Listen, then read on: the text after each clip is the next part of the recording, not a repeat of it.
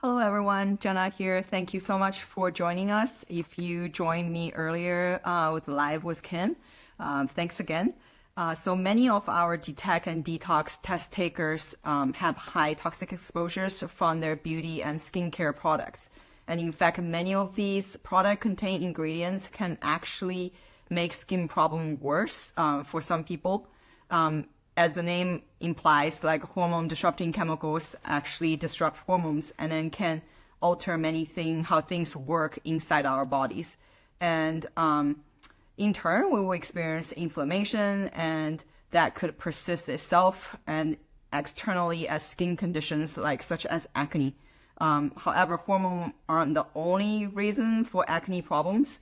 And by addressing some of these underlying issues, we might be able to reduce our need for skincare product that added to our toxic burdens. So that's why today we're really excited to be joined by Kristin Cunningham. And Kristin specializes in clearing complex acne cases. And then she's going to discuss with us the root causes of acne. So I'm going to see.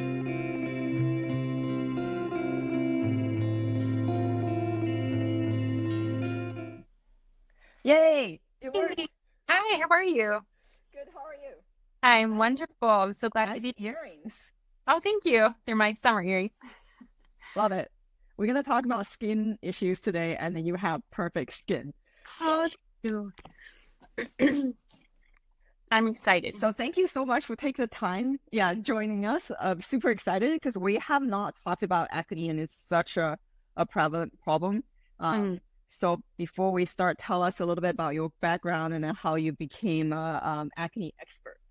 Yeah, absolutely. So I'm a nurse practitioner and I was conventionally trained, meaning I was trained at Johns Hopkins, Georgetown, where they taught me how to prescribe medications. But when I started to struggle with acne in my 30s, I was just not happy with what the conventional treatments had to offer, which was basically antibiotics, harsh topicals, birth control, things like that. And I just was like, that doesn't seem right to me. So I started all on this whole journey of researching the internal root causes of acne. I was able to heal my skin, learn a lot about my body in the process, and I just became such a passion to share that with other people. So now I work with clients to heal acne internally because I've come to find that acne is a symptom of internal imbalances, and each person can be a little bit different in what those imbalances are, but it's something that's there to get your attention and alert you about something that's going on internally, not just something physically or topically wrong with your skin. Yeah. I think like we've seen so much traditional Western medicine, it just like, it's just patching on and then without actually addressing the root cause. Mm-hmm. So like explain to like the audience, like what is acne? How do you define acne? Yeah. So acne, it is a inflammatory disorder. So it's basically the oil glands that the root cause of the oil glands are producing too much oil. Also, the skin cells are proliferating too quickly, meaning they're multiplying too quickly. And then you start getting inflammation, or you have inflammation in the skin. Usually that's that third component that's coming in from either gut dysbiosis, something with the gut, or toxins from the liver that are not being processed well. That creates inflammation. Sometimes stress can create inflammation. So you have this excess oil, more skin cells, they start to clog the pores, and that creates this like nice dark home for bacteria to start to overgrow and the clogged pores, and then you get that infected acne. Not everyone has, infected acne. Sometimes you can just get some clogged pores, but that's kind of what the pathophysiology of it. Now, what triggers that excess oil and skin cell proliferation, that's more related to insulin resistance. It's acne is sometimes called diabetes of the skin, and so there's a strong component of insulin or insulin-like growth factor. Also, inflammation in the body from other sources can trigger insulin resistance as well, which starts that cascade. So it's multifactorial, meaning there's not just one thing. Everything can work together. And what makes it a little frustrating for some people is that there's not just one right answer for every person with acne. There's a different set of root causes for different people's acne. So Right. We're going to talk about insulin like in a little bit because that's also a really, really important topic. and how that influence acne. But like some people get confused like between acne and the pimple. Like, is there a difference between the two? So, acne is the medical condition of having these repeated like marks on the skin of swelling of oil and inflammation and clogged pores. So that's the medical diagnosis. A pimple is, more isolated, but it's actually the name for it's more of a common term name for the actual lesion. So I wouldn't say that there's a huge difference, but acne is the medical diagnosis of it. Yeah. Got it. And then acne like like affects up to like more than like 50 million people like per year. It's like the magnitude is just like kind of insane. Like, why do you think like acne is like so common?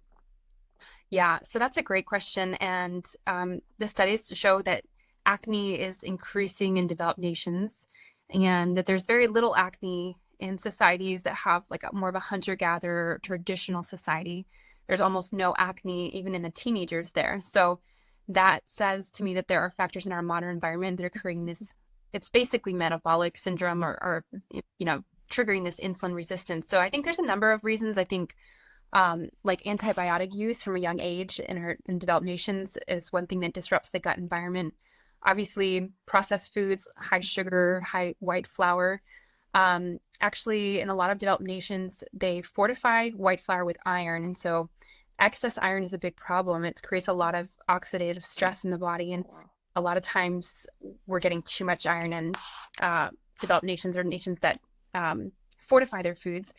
Then you have all the modern exposure to toxins, and that our ancestors never really had to deal with. I mean, all the plastics, no matter how careful you are, I mean, there's just plastic. If you're buying organic, broccoli, it's usually packaged in plastic. And so there's plastic, there's, medication, skincare, all this thing is introducing toxins into our body. And so our bodies sometimes struggle to eliminate those efficiently. And if they do, they get depleted in some of the key minerals that need to be present for us to detoxify. So there's a lot of complex things that happen. I call it symphonic causation. So it's the symphony of causes that all, build on each other to create this bigger problem. But you can start addressing them, kind of starting to empty that toxic burden cup, if you call it that, and lower your overall risk and improve your health overall.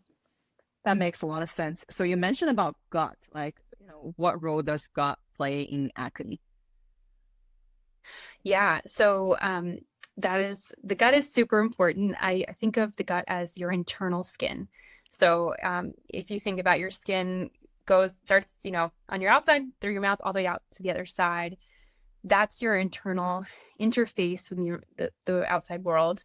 And so there's a lot of connections between your gut and your skin. So if your pH of your gut changes, if the bacteria in your gut changes, it will change the pH of your skin. And they've actually studied this and shown if they change the bacteria content in the gut, the bacteria content in the skin changes. So that's what can make your skin pH rise. So the more alkaline it is, the more likely bacteria are going to overgrow, and you lose that acid barrier. You want your skin to be fairly acidic. That prevents bacterial overgrowth. So that's one way. Another thing is stomach acid. So a lot of acne patients have low stomach acid. About 75% have low stomach acid, and that prevents, first of all, you're not breaking down your food very well, and then you have all this calories basically passing down to the bacteria in your gut, which can overfeed them and make them very overgrowth of different types of bacteria that you don't want to be overgrown. So there is so many different factors, but the good news is that there's a lot of things you can do to gradually restore digestive health and heal a leaky gut. And it's really freeing to be able to feel like, oh, now you feel the inflammation coming down in your body when your gut is happy. It's a good feeling. So it sounds like if you have a really good gut, then your skin problem will improve. So like, what does a healthy gut diet look like? Oh yeah. So diet is one portion. I think that obviously limiting dairy is one of the biggest things, not necessarily forever, but if you're in the process of healing your skin, dairy is definitely been studied. And the reason for it, or cow dairy, is that it has growth hormones in it. And that is not added by the farmer, it's just present naturally in a cow so that the calf can grow very quickly. The calf needs to grow from like, a small like calf to a huge, huge animal very quickly. And so those growth hormones are there for the calf, but they're actually active in humans as well. When we consume dairy, they also bind to receptors in our own body. And that actually is one of the main triggers for oily skin. So it's going to stimulate the growth of the oil glands. It's also going to stimulate the proliferation of the skin cells. So then you have those two things that we talked about, excess skin cells, which clog up the pores, and then the extra oil. And that creates this kind of sticky, clogged pore situation. Now, generally speaking, once you heal your body, you can usually tolerate dairy. Again, most people can. It's just when you're in the process of healing and you're really broken out, dairy is one of the biggest things to avoid. Some people might want to do an elimination diet with other common inflammatory foods like gluten, corn, eggs, soy. Those are the most common things. And then obviously low sugar, low alcohol, low caffeine, those things can put more of a burden on the body. And honestly, one of the biggest factors is not so much fixating on, protein or fat or calories, but on balancing your blood sugar, eating in a way that your blood sugar is very even throughout the day, instead of having big peaks and crashes in your insulin and blood sugar. That will be much more gentle on your hormones and keep your skin happier as well. Yeah, wow. Like yesterday, we had a live talking about weight management. It's also the same thing. You want to keep your blood sugar kind of like stable. And then I think like also when it comes to dairy, I think many people can try to eliminate dairy, but a lot of people have trouble eliminate cheese. Yes. Yeah. That's like so hard. Yeah. And actually, I do find that goat or sheep cheese or dairy products are generally better tolerated, usually better digested. And also because those animals are much smaller, they have a lot less growth hormone. So if people really have trouble giving up dairy, so I say you can try some goat or sheep dairy and see how your skin responds. That's really good to know. Okay, now we can talk about insulin. Like, how are like elevated like insulin level and acne connected? You mentioned a little bit already. Yes, yeah. So there's, science researchers are still, from a medical perspective, trying to figure out what actually causes these changes in the skin of acne, but they do suspect it's a insulin-like growth factor related condition. So insulin-like growth factor is very similar to insulin, and they interact very similar in the body. But when you have more insulin in your body, by either eating a lot or having big sugar spikes, or if you have a lot of inflammation, which makes your cells more insulin resistant, that insulin, the increased exposure to insulin starts to stimulate, the glands, the oil glands. And one thing to note is that a lot of people will say, well, my doctor checked my blood sugar and it was normal, or my A1C was normal. But you have to realize that insulin is responsible for keeping the blood sugar down, and insulin will go high in order to keep the blood sugar low. So you might have a completely normal blood sugar level, a glucose test, but your insulin might need to be 3-4 times higher than other person to keep it there. And so I like to test a fasting insulin level. And a lot of times I see people with insulin 3 or 4 times higher than, what ideal should be. And their blood sugar is still showing it's normal. So that's just something to keep in mind, that's not commonly tested, but it can be very influential for acne. And again, there's a lot of like lifestyle things that we can do to lower insulin and reduce inflammation that are not necessarily expensive. That's just kind of thinking about how, which foods you're choosing, the order you eat your foods, maybe adding a few key supplements to just improve your insulin sensitivity. And that can, in and of itself, can make a big difference. I can totally echo on that. I had the opportunity to use a continuous glucose monitor for a bit, and then all my blood sugar, everything is normal, but I can totally see the spikes, just like you said.